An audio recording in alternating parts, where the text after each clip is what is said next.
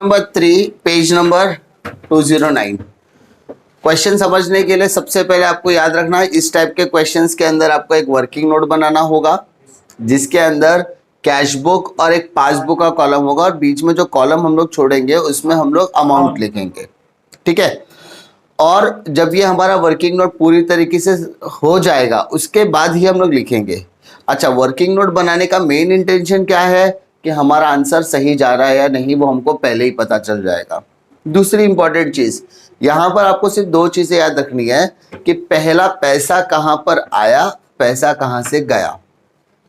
अगर मेरा पैसा बैंक में आ रहा है या मेरे हाथ से बैंक से पैसा जा रहा है तो पासबुक, और अगर मेरे हाथ में पैसा आ रहा है या मेरे हाथ से पैसा जा रहा है तो उसको कैश बुक बोलेंगे।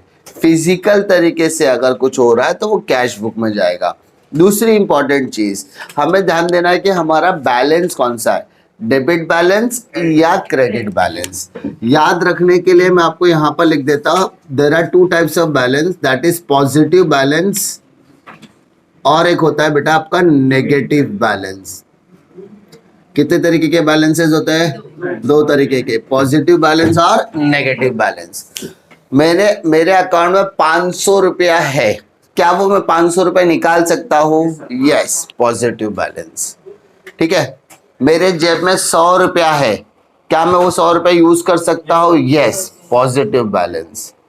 ठीक है, लेकिन मैंने है ना मेरे जेब में एक फूटी कौड़ी नहीं है, उल्टा लोगों को मुझे पैसा देना है, मैंने आप लोगों से पैसे लिया, आपको 500 रुपये मुझे रिटर्न करना है। ठीक है, तो मेरे पास देने के लिए कुछ है ही नहीं और ऊपर से कर्जा भी है, तो अगर मैंने वो ट्रांजैक्शन कैश में किया है और मुझे देना भी है तो उसको क्या बोलेंगे? Negative balance. क्या बोलेंगे? नेगेटिव। नेगेटिव बैलेंस मतलब पैसा नहीं है मेरे पास, उसके अलावा मेरे पास कर्जा है, लायबिलिटी है। वैसे ही बैंक में से मैंने एक बंदे को 10,000 रुपए का चेक दे दिया, मेरे अकाउंट में सिर्फ 8,000 रुपए ही था, तो बैंक बोलता है आपका करंट अकाउंट है, यू आर द बिजनेसमैन, तो हम आपका 10,000 का चेक क्लियर करते हैं।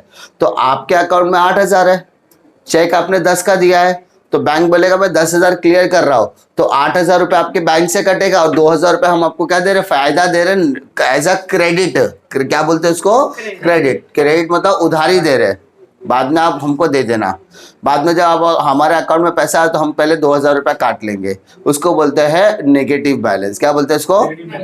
अब जो कैश बुक होता है उसका डेबिट बैलेंस मतलब पॉजिटिव बैलेंस, डेबिट बैलेंस मतलब पॉजिटिव बैलेंस, और जो पासबुक होता है उसका क्रेडिट बैलेंस मतलब पॉजिटिव बैलेंस।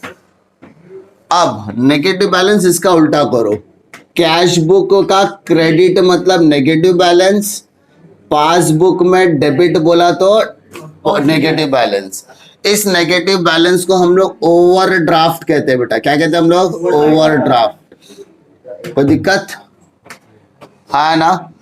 पॉजिटिव बैलेंस अगर क्वेश्चन में दिया होगा, अगर आपके क्वेश्चन में पॉजिटिव बैलेंस दिया होगा तो आपको जो बैलेंस दिया है उसी को करना है कैंसल।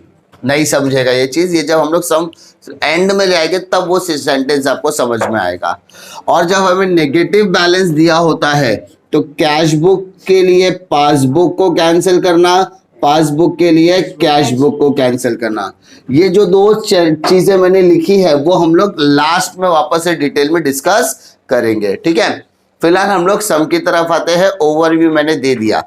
अब पहली तरफ आ जाओ बेटा, क्वेश्चन नंबर 3 पेज नंबर 209 पर क्या दिया है?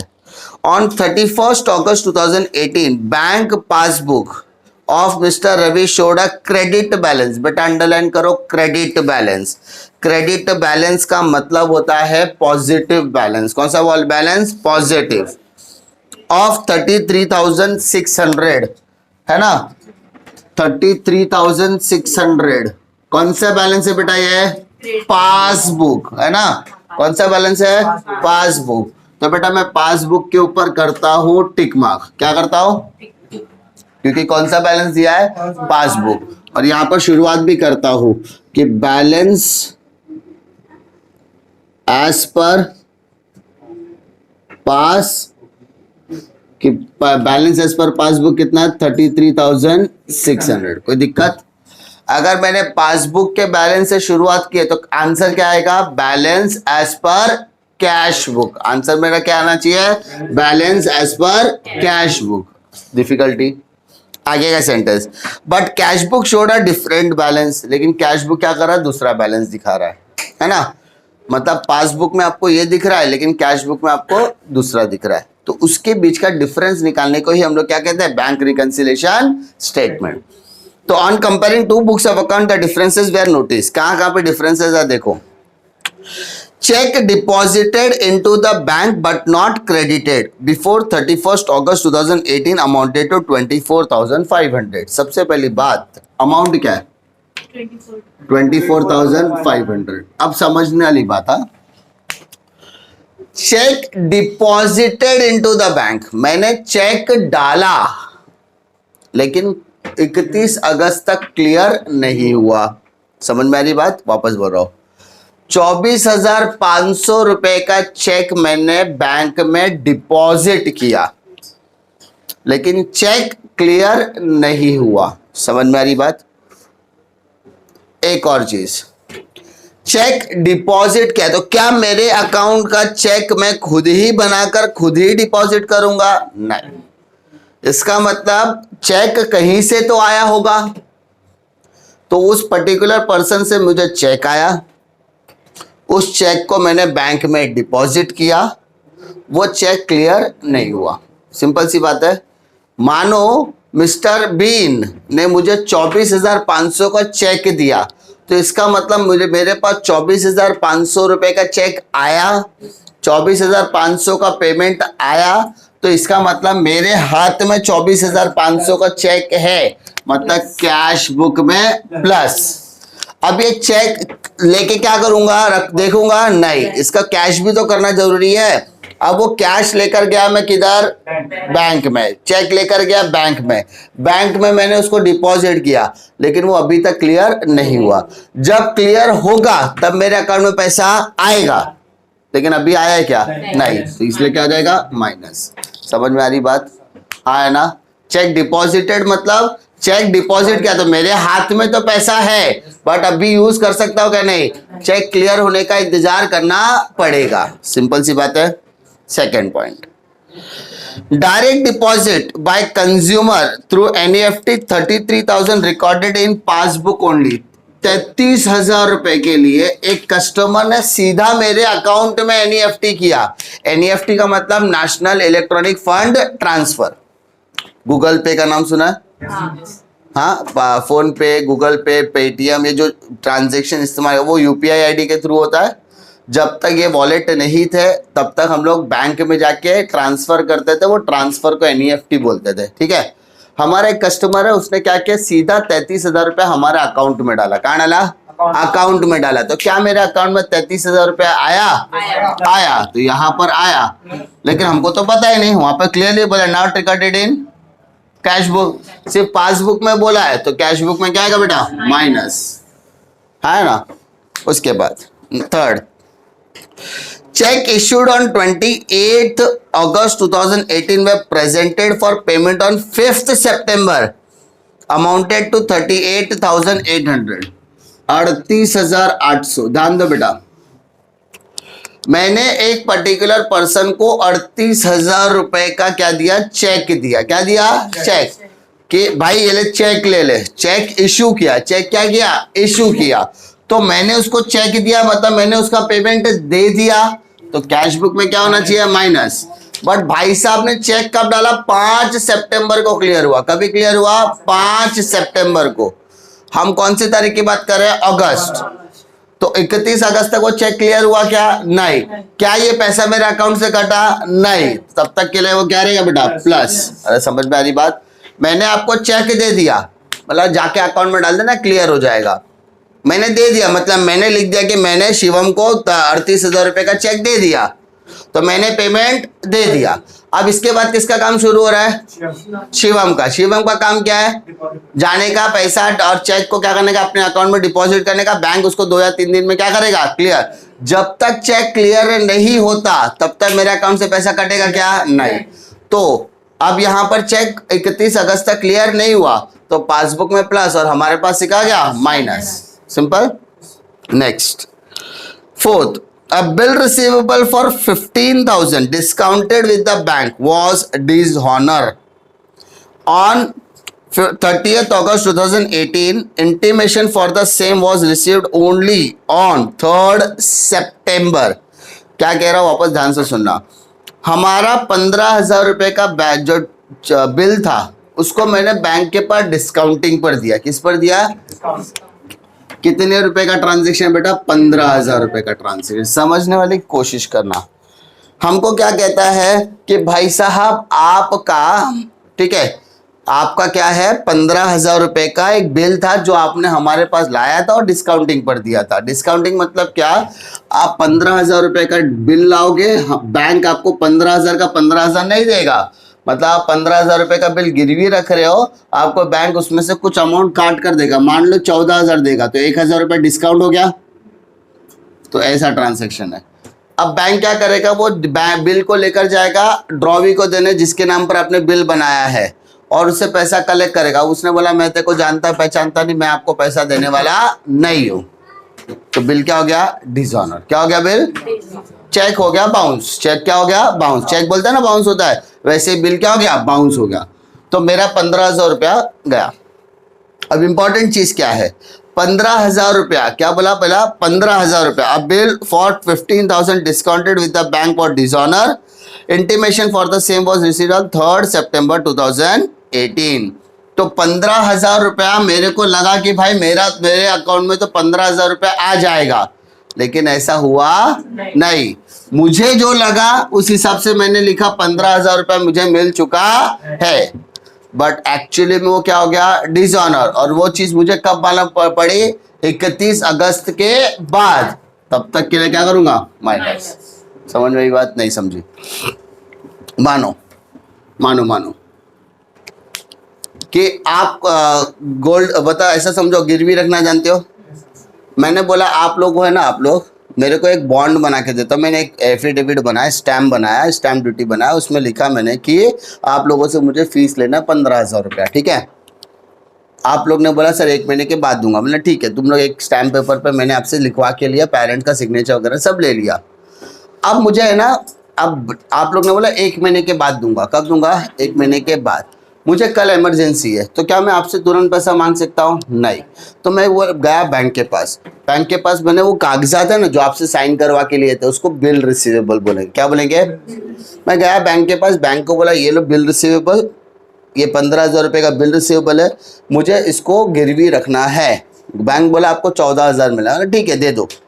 तो मुझे मेरा पैसा मिल चुका है। मुझे कितना मिला?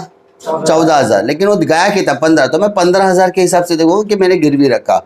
अब ठीक है, तो 15,000 रुपये मेरे को आ चुका है। तो मैंने बोला हाँ मैंने डिस्काउंटिंग पे दिया। अब इसके आगे की जिम्मेदारी कौन लेगा? बैंक लेगा। आपके घर पे कौन पहुंचेगा? बैंक पहुंचेगा। आज से इस बिल का मालिक कौन हो गया? बैंक हो गया। आपके घर पे बैंक पहुंचेगा, आपसे पैसा लेने का काम वो करेगा। अब वो आपके घर पे पहुंच गया, आपको बोला कि भाई ये डॉक्यूमेंट याद आ रहा है? बोले हाँ याद आ रहा है। ये डॉक्यूमेंट के हिसाब से आप 15,000 रुपये देने वाले हो। उसने बोला हाँ मुझे ये डॉक्यूमेंट याद तो है, लेकिन आप कौन? मैं आपको पहचानता नहीं। ये तो मैंने आशीष सर को साइन करके दिया था। तो आप कौन है? बोला मैं बैंक हूँ। बैंक है तो मैं क्या करूँ? बैंक है, आशीष सर ने हमारे पास गिरवी रखा था, आशीष सर को बोलो पैसा भेजने लेने के लिए आने के लिए। मतलब बैंक को क्या क्या आपने मना कर दिया, तो बिल क्या हो गया? डिसऑनर। क्या हो गया? डिसऑनर। और ये चीज़ मुझे कब मालूम पड़ी? 31 अगस्त के बाद, 3 सितंबर को पता चली। तो इसका मतलब क्या हो गया? तब तक के लिए अमाउंट क्या रहेगा? नेगेटिव। क्या रहेगा? नेगेटिव। सिंपल सी बात है। ओके नेक्स्ट बोलो। Passbook credit side overcast. Underline करो ओवरकास्ट। ओवरकास्ट मतलब ज्यादा लिखा गया है। कहां ज्यादा लिखा गया है? पासबुक में 2,000 रुपया ज्यादा लिखा। ओवरकास्ट, कास्ट मतलब रिकॉर्ड, ओवर मतलब ज्यादा। पासबुक को में 2,000 रुपया ज्यादा लिखा गया है, तो कैश बुक में क्या रहेगा? माइनस। पासबुक में 2,000 रुपया ज्यादा लिखा गया है, तो कैश बुक में क्या रहेगा? माइनस। बैंक डेबिटेड, अंडरलाइन कर बेटा, bank debited 400 for bank charges है। मैंने क्या बताया था, बैंक में पैसा आता है, बैंक में पैसा आता है तो क्रेडिट, जाता है तो डेबिट। बैंक डेबिटेड मतलब बैंक में क्या आएगा, माइनस, तो पासबुक में, कैश बुक में क्या आएगा, प्लस। कोई दिक्कत? इसके अलावा कुछ बोला है? देखो इतना हो गया। अब आपके लिए सम बहुत आसान हो गया। कैसे मालूम है? पहला स्टेप आपने डिस्कस कर लिया। दूसरा स्टेप, आपको पासबुक दिया था, कौन सा बैलेंस दिया बेटा, पासबुक का बैलेंस दिया है। पासबुक में भी कौन सा बैलेंस दिया है, क्रेडिट बैलेंस दिया है। कौन सा बैलेंस दिया है, क्रेडिट। तो मैंने बताया था पासबुक में क्रेडिट बैलेंस मतलब कौन सा बैलेंस, पॉजिटिव बैलेंस।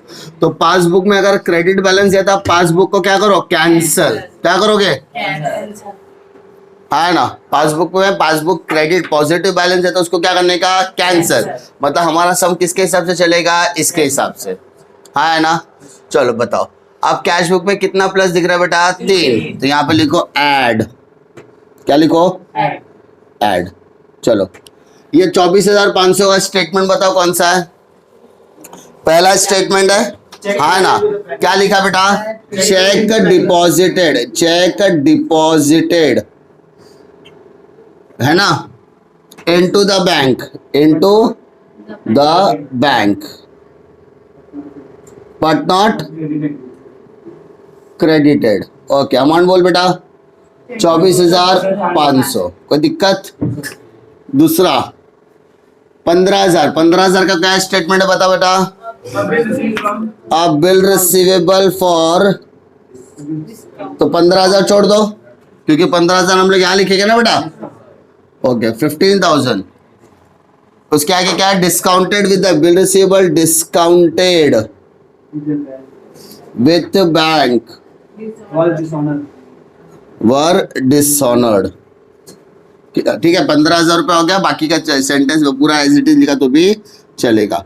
थर्ड बोल, 400 रुपए के लिए क्या था बेटा statement, bank debited, for bank check charge debited bank charges in passbook in passbook, 400 रुपया। कोई दिक्कत? 3 ही प्लस है ना। चलो टोटल करो बेटा, 39,900, 39,900। Take the total now, 0 0, 9 plus 6 15, carry 1, 4 plus 9 13, carry 1, 73,500, 73,500। अब बेटा जा लेस पर, लेस में कितना आइटम्स है बेटा, 3। 33,000 का स्टेटमेंट बोल बेटा, direct deposit by customer direct deposit by customer by customer through NEFT through recorded passbook NEFT। पूरा लिख देने का सेंटेंस, हाँ बेटा, मैं खाली छोटा सा लिख रहा, तुम लोग पूरा लिखने का। सेकंड बोल बेटा, 38,800 का स्टेटमेंट बोल, check issue on 20th August check issued but not collected for payment, मतलब अभी तक चेक क्लियर नहीं हुआ है। कितना बेटा, 38,800 38,800। थर्ड स्टेटमेंट बोल बेटा, passbook, passbook credited side passbook was overdraft overcast 2,000 रुपया। चलो take the total of this, last में 800 आएगा। 38 plus 3 11, 12 13, कैरी 1, 4 plus 3 7। माइनस कर बेटा, इसको माइनस कर कितना आएगा, 300 रुपये आ रहा है। लेकिन लेकिन लेकिन ये 300 रुपये माइनस में आ रहा है। देखो किस में आ रहा है, माइनस में। अब मैंने क्या बताया था आपको, तो ये बैलेंस हुआ बेटा, है ना, balance as per cash book. बेटा balance as per cash book, यही बोलते हैं ना हम लोग। पासबुक से चालू किया, कैश बुक पे खत्म किया। बट ये आंसर पॉजिटिव आ रहा है कि माइनस, नेगेटिव आ रहा है, नेगेटिव। अरे आ रहा है कि नहीं, और नेगेटिव को क्या बोलते हैं, ओवरड्राफ्ट। तो यहाँ पर लिखोगे ओवरड्राफ्ट बैलेंस। कौन सा बैलेंस, और अगर मैं यहाँ पे ओवरड्राफ्ट लिख रहा हूँ तो यहाँ पर माइनस लिखने की जरूरत नहीं है, क्योंकि ओवरड्राफ्ट का मतलब ही होता है नेगेटिव बैलेंस। कौन सा बैलेंस, कोई दिक्कत, हाँ है ना, पक्का। ज्यादा ध्यान कहाँ पर देना अपने को, सिर्फ इतने पे, है ना। एक बार आपका ये वर्किंग नोट हो गया, पहला स्टेप वर्किंग नोट। दूसरा स्टेप ये चीज पे ध्यान देने का कि कौन सा साइड कैंसल करना है। आपने को पॉजिटिव बैलेंस दिया था, मैंने इसके हिसाब से किया। अगर क्वेश्चन में नेगेटिव बैलेंस होता तो मैं इसके हिसाब से करता था बस। उसके बाद जब आपका कैंसिलेशन हो गया तो डायरेक्टली आपको क्या करना है, सम करना है, और आपका सम इजीली हो जाने वाला है। और अगर यहाँ पर पॉजिटिव बैलेंस आया तो balance as per cash book, और अगर नेगेटिव बैलेंस आया तो overdraft balance as per cash book. Simple सी बात, कोई दिक्कत इसमें?